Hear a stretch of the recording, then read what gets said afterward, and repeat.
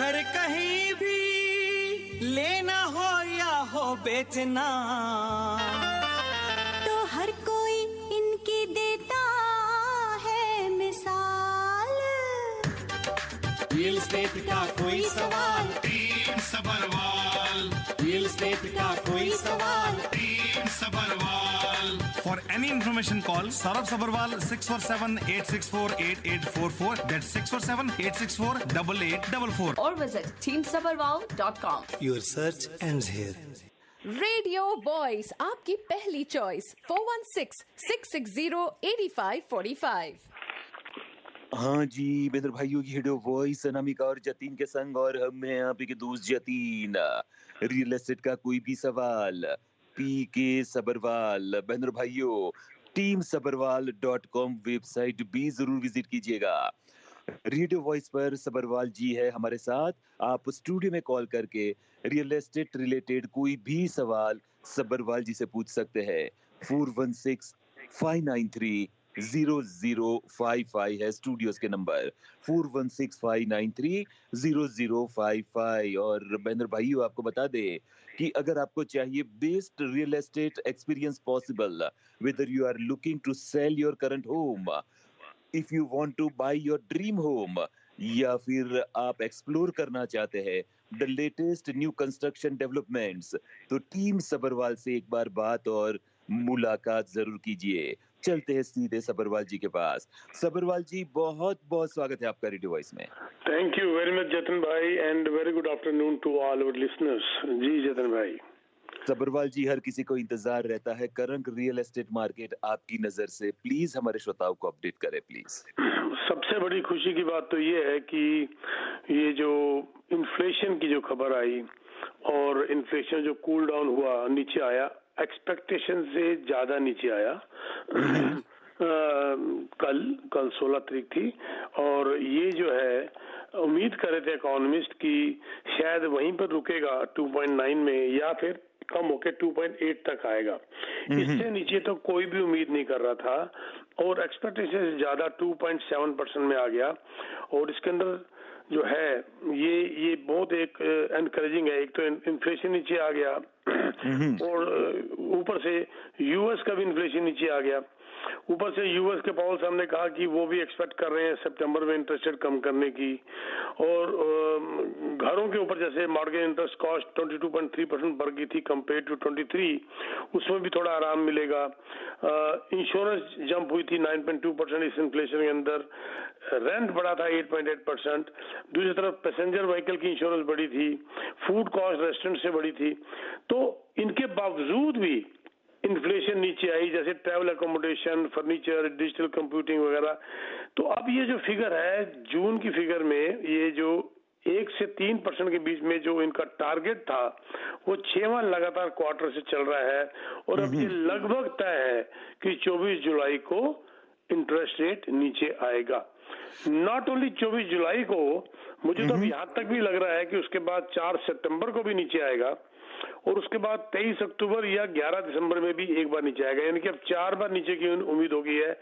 ये इनकी लैंग्वेज बता रही है, जिस तरीके से ये बात कर रहे हैं उससे लग रहा है कि, क्योंकि इन्होंने ये देखा जतिन भाई, वैसे मुझे बीच में रोक देना अगर कोई कॉल आएगी तो, नहीं तो मैं तो बोलता जाऊंगा। हाँ जी प्लीज। हाँ, तो वैसे इनकी बातों से ये लग रहा था, उन्होंने ये देखा कि जब ये एक्सपेक्ट कर रहे थे कि 0.25% इंटरेस्ट कम किया 5 जून को, कि शायद रियल एस्टेट ऊपर बढ़ना शुरू होगा, जिसका इनको बहुत डर था कहीं दोबारा रियल एस्टेट में आग न लग जाए।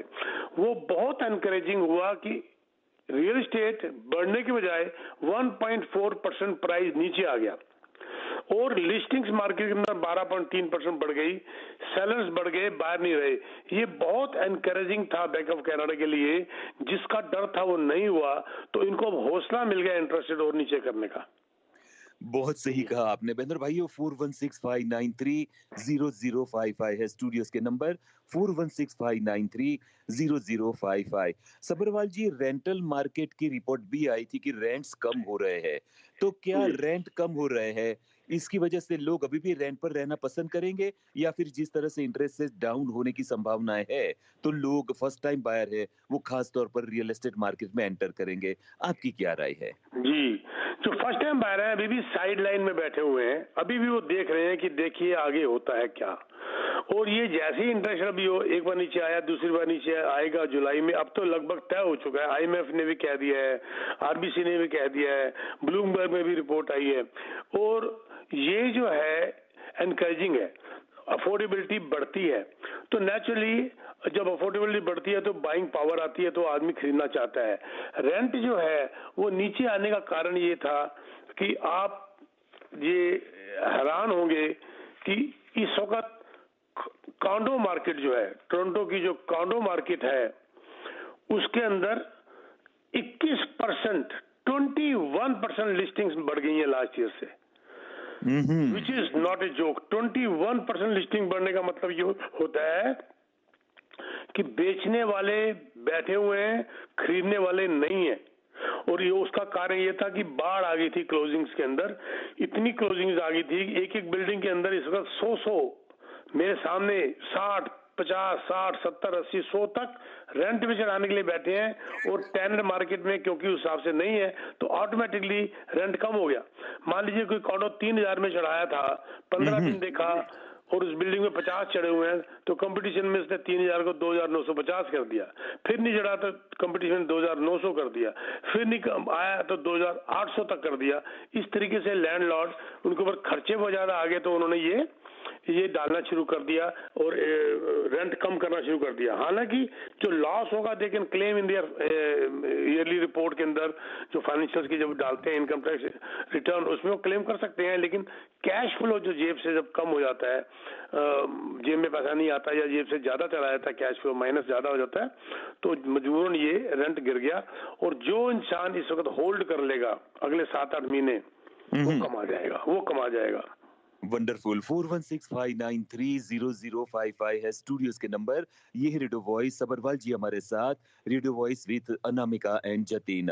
सबरवाल जी, एक खबर आई थी बीच में और हम आपका ही इंतजार कर रहे थे ज्यादा जानकारी के लिए, कि प्राइम मिनिस्टर एक पॉडकास्ट में गए थे और वहां से एक सिग्नल आया कि सोचा जा रहा है to put the squeeze on older home owners.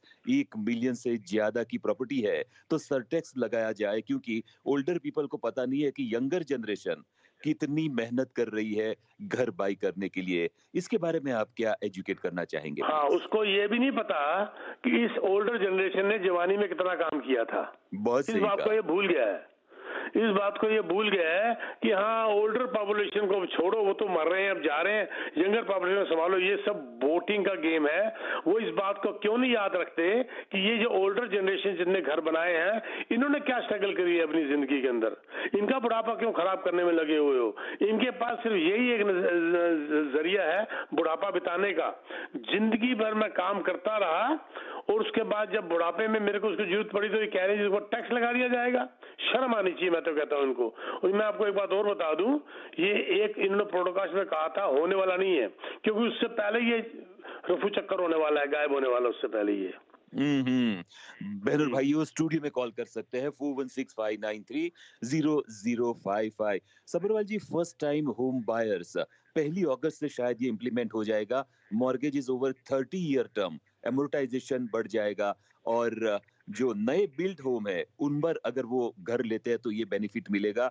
अगस्त बस करीब ही है, तो इसके बारे में थोड़ी सी जानकारी जरूर। ब्यूटीफुल, ये बड़ा अच्छा था ना जी, क्योंकि अब कम से कम 30 ईयर की अमोर्टाइजेशन अगर 25 साल हो जाती है तो लगभग आपकी पेमेंट के अंदर 10 से 12% पेमेंट कम हो जाती है हर महीने। तो which is a very good sign, एक एनकरेजिंग है फर्स्ट टाइम होम बायर के लिए। पर क्वेश्चन फिर यहाँ उठ जाता है, नए घरों के लिए क्यों, पुराने घरों के लिए क्यों नहीं? देखो, हर फर्स्ट टाइम बायर नया घर नहीं ले पाता, उसको पुराना घर भी 5 लाख, 6 लाख, 7 लाख का चाहिए। वहां पर क्यों नहीं उसकी अमोर्टाइजेशन 30 ईयर की जा रही? नए घर में क्यों? क्योंकि बिल्डरों को उन्होंने उठाना है कि चलो जी आओ, हम तुम्हारे को कमा के दे रहे हैं, उनसे उन्होंने क्या चंदे इकट्ठे कर रहे हैं। क्यों नहीं रीसेल के अंदर भी काम किया जाए? ये बहुत बड़ी क्वेश्चन उठा हुआ है और ये जो है मुझे लगता है ये आएगा और जरूर आएगा। देखो, बात यह है, जो मर्जी जतन भाई कर लें, जब तक इन्वेंटरी मार्केट में नहीं आएगी, जब तक कंस्ट्रक्शन मार्केट के अंदर और ज्यादा नहीं होगी, तब तक ये अफोर्डेबिलिटी क्राइसिस बढ़ता ही जाएगा, ये कम नहीं होगा। ये पक्की बात है, इसको कोई रोक नहीं सकता। आप सोचिए, जितनी मर्जी स्कीमें बना लीजिए, खरीदने वाले 10 हैं, बेचने वाले 4 हैं, 6 को कैसे खुश करोगे? बहुत सही सिंपल सी कहा बात है। आपने, बहुत सही 6 कहा। को ये कैसे चलते खुश हैं करोगे? कॉलर की और लेते हैं जी, उनका जी। Call. Hello radio voice. Hello radio voice. Hello. हाँ जी, हाँ हाँ जी, जी। पूछिए प्लीज। हाँ जी, मैं अनिल लूथर बोल रहा हूँ। तो मैंने भी यही आपकी अभी बात सुनी, तो कि जी। जब मैं भी मतलब सीनियर सिटीजन हूँ, और जब ये बात सुनी कि भाई हमने नाइट शिफ्ट करके इस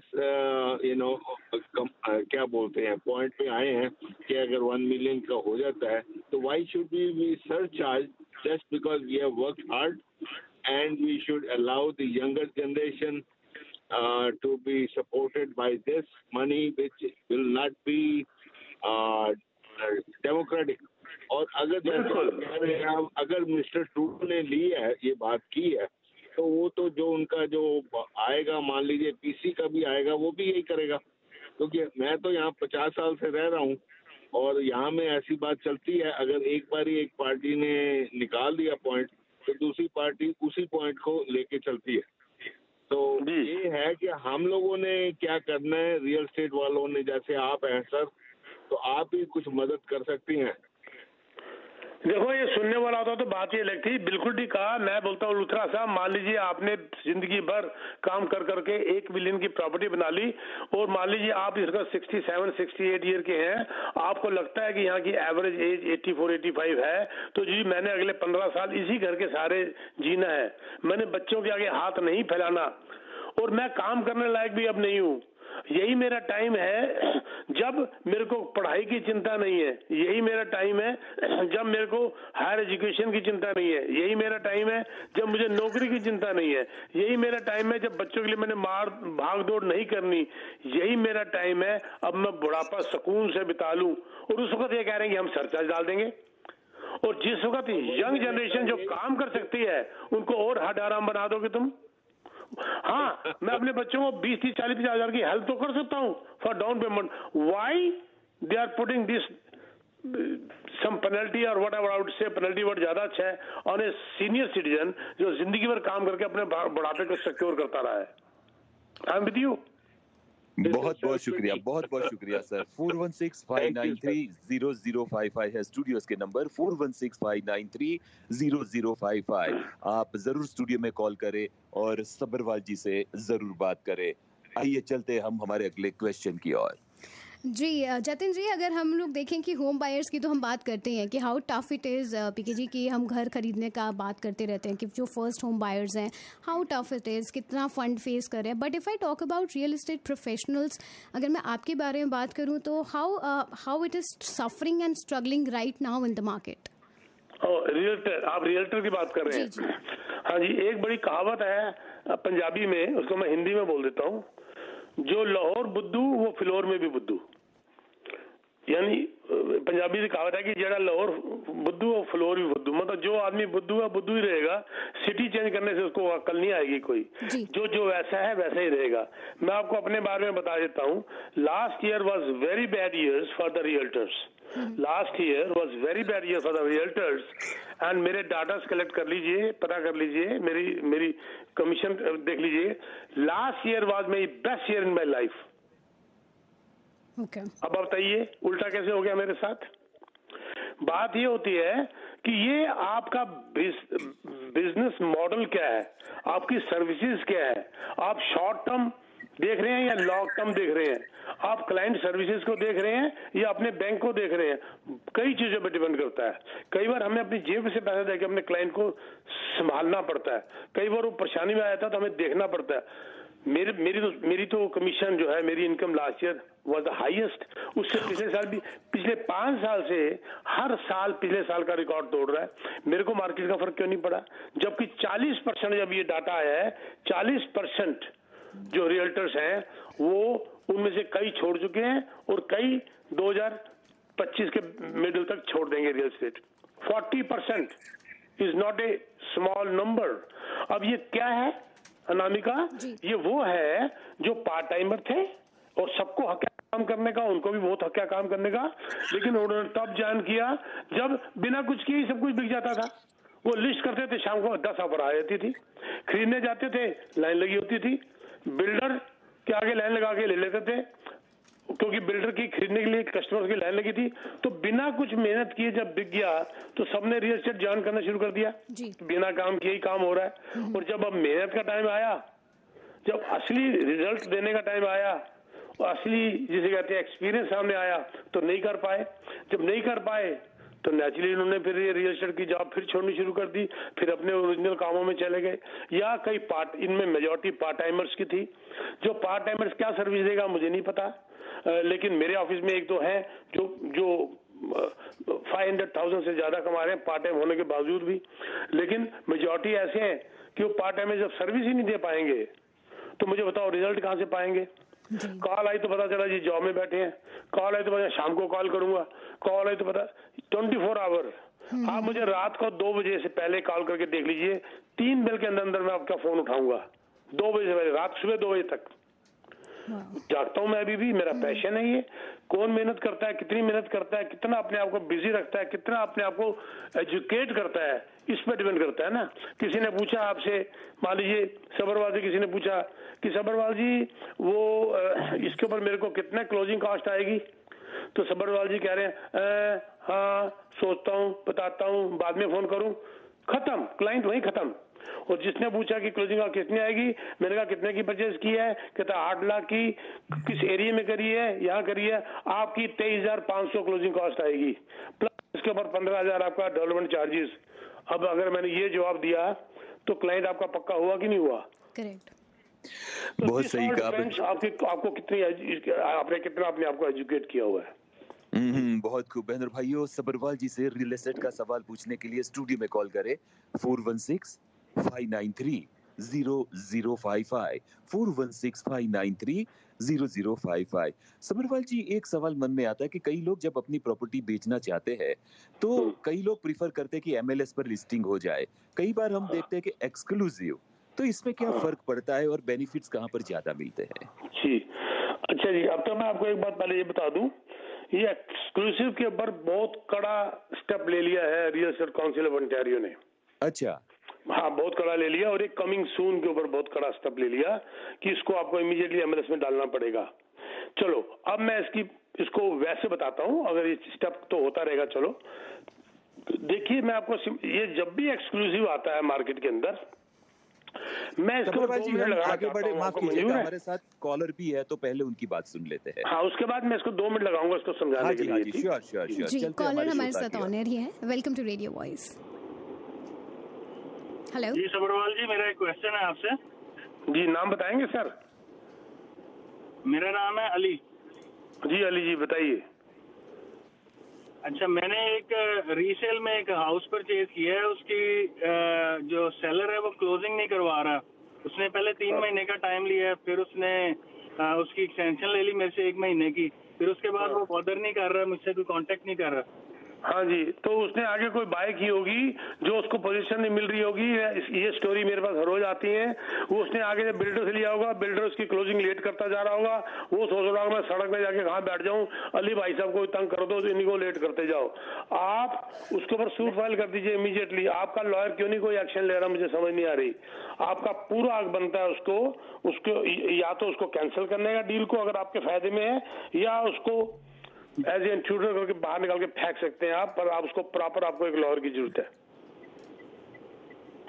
ठीक है जी। यहाँ पर मेरा लॉयर इसको डील नहीं करता। हाँ, फिर लॉयर फिर क्यों किया ऐसा जो डील नहीं करता? हाँ ना, कई लॉयर मेरे को ये मेरा वाला काम दे दो बस, इसके अलावा मैं कोई और काम नहीं करूंगा। अगर वो रियल एस्टेट में है, मेरे को नाम मत लीजिएगा, आई रिस्पेक्ट ऑल इनकी एजुकेशन को मैं रिस्पेक्ट करता हूँ। क्यों नहीं वो स्टेप लेता, क्यों नहीं लेता बताइए? क्योंकि उनको सिंपल काम चाहिए, मैं क्लोजिंग करूं और $1000 जेब में डाल लूं बस।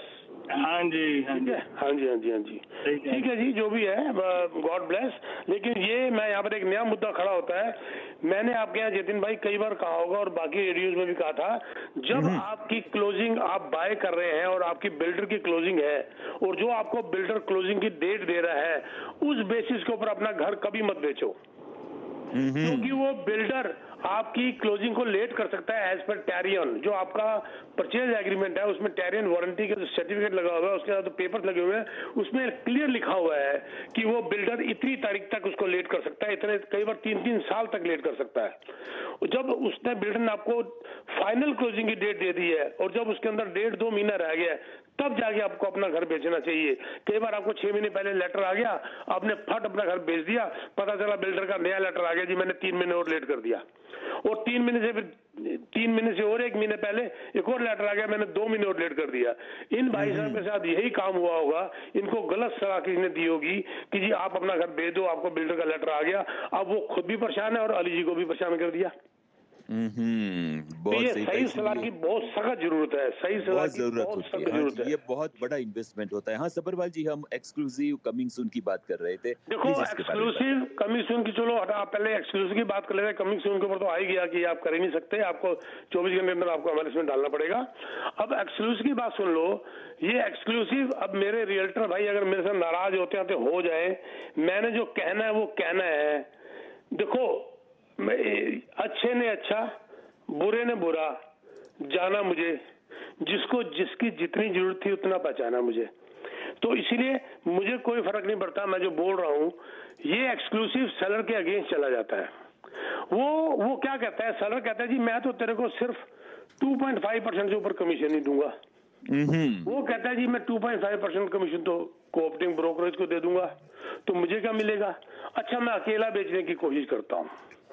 अब इसका नुकसान रियल्टर को तो हुआ ही नहीं, लेकिन सेलर को इसका नुकसान हो गया, क्योंकि सेलर अब उसी को बेच पाएगा जो इस रियल्टर का खुद का क्लाइंट होगा। अच्छा, दूसरा क्लाइंट ला नहीं सकता, क्योंकि दूसरे को कमीशन दे नहीं सकता, क्योंकि इन्होंने एक्सक्लूसिव किया हुआ है। एक्सक्लूसिव के अंदर वो कोऑपरेट नहीं करता दूसरे एजेंट के साथ। जब एक सब्बरवाल को कमीशन नहीं मिलेगी, मैं अपना क्लाइंट वहां पर लेके क्यों जाऊंगा? इसका नुकसान किसका हुआ? सेलर को हुआ। हाँ जी। मेरी ये रिक्वेस्ट है सेलर्स को, प्लीज एक्सक्लूसिव में मत जाइए। आप सोच रहे हैं कि आपकी कमीशन बच रही है, आपकी कमीशन नहीं बच रही, आपको बहुत मोटा नुकसान हो रहा है। क्योंकि एक घर जिसके ऊपर 5000 एजेंट्स अपने क्लाइंट ला सकते थे, अब उसमें से एक भी नहीं लाएगा, सिर्फ जिसने लिस्ट किया वही लाएगा। उसका कितने होंगे? हो सकता 10 हो सकता 10 में से एक भी ना हो इस घर को के लिए इंटरेस्टेड, तो किसको बेच लोगे आप? तो ये एक्सक्लूसिव गलत है for the sellers. Yes exactly. और वक्त का वही पता नहीं चलता। कुछ कॉलर्स अभी भी हमारे साथ जुड़े हैं, तो उनसे मैं रिक्वेस्ट करना चाहूँगी कि नेक्स्ट वेडनेसडे को ज़रूर हमारे साथ जुड़ें for all the details and updates. अगर आप भी रियल एस्टेट का कोई सवाल करना चाहते हैं तो पीके जी को आप ज़रूर कॉल कर सकते हैं at 647-299-4757 647-299-4757। Thank you so much sir for your views and आज जो भी हमारे लिसनर्स हैं उनको सारे आपने जो क्लियर जवाब दिए उसके लिए बहुत बहुत शुक्रिया। Thank you Anamika and thank you जतन भाई। अगले बुधवार फिर मुलाकात होगी। आग झलकते ही 1 हफ्ता बीत जाता है, उम्र और कम हो जाती है, समझ नहीं आता। अरे है जी है कि नहीं? आग झपकी, फिर जतिन और नमिका सामने आ गए, पता चला रहे ये तो 1 हफ्ता हो गया। उम्र की बात आपने बोल दी तो थोड़ा सा खोलने में दिक्कत हो रही है आँख। हाँ खोलने में दिक्कत आ रही है, लेकिन मैं आपको बता दूं, आप दोनों से मैं जवान हूँ। उम्र वो है जो बची है, उम्र वो नहीं है जो निकल गई है। अरे क्या बात है। उम्र में और बची हुई उम्र में मैं आप दोनों से जवान हूँ। How sweet and real. और ऐसे ही हमारे जो लिसनर्स हैं उनकी भी उम्र बस ऐसी बनी रहे और हमारे साथ हमारे स्टूडियो नंबर पे जुड़े रहे, दैट इज 4165930055। एंड अगर पीके जी से आपने अभी भी कोई सवाल करना है, आप इन्हें टेक्स्ट या कॉल कर सकते हैं at 647-299-4757। Thank you so much sir for your precious time. Thank you.